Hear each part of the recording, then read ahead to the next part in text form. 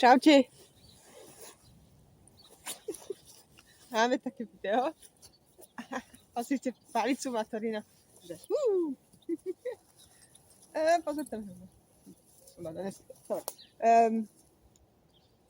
Sme tuto v záhrade, kde som sa rozhodla, že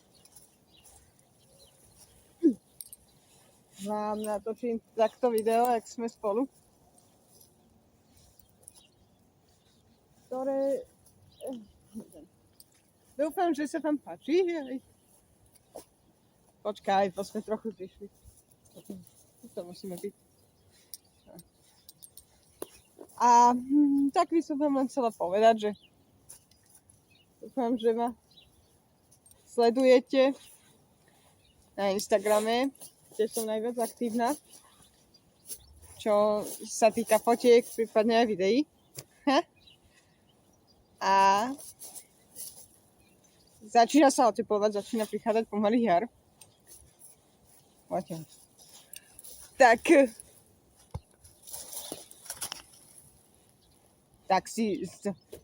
Pozrite, ak si sadol, tak pol obrazu tu on nedáva. No nič. A tak, že hádam lepšie prechádzky. Neviem sa tiež kúva. Ktoré budú v záberoch. Len som vás chcela takto ozvať, pretože neviem, všimla som si, že keď vám aj takto kecam o zaujímavostiach a tak, z prechádzky, že celkom to má lajky, takže dávajte lajky. Juhu, ho mám tak rada. S ním sú to najlepšie videá, že keď aj ja som není povie ako či už na fotke, alebo na videu, tak on to vždycky zlepší. No a do komentára teda píšte treba otázky na mňa, na Tóra, aby som potom mohla prípadne natočiť nejaké video, kde budem odpovedať na otázky.